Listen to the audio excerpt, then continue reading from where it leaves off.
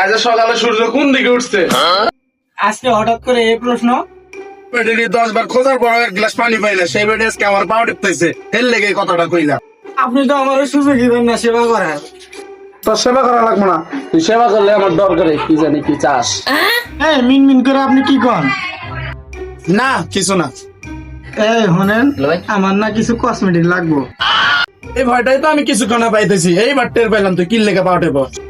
আপনি এমন করেন কেন? আমি আপনার বউ না? হইছে আর পাম দিস না, তোর কি কি লাগবো ক। একটা লতা গ্রিন সুনু পাউডার আর আর একটা এন্দ্র করি পানি দিয়ে গিলে খাওয়া লাগবি।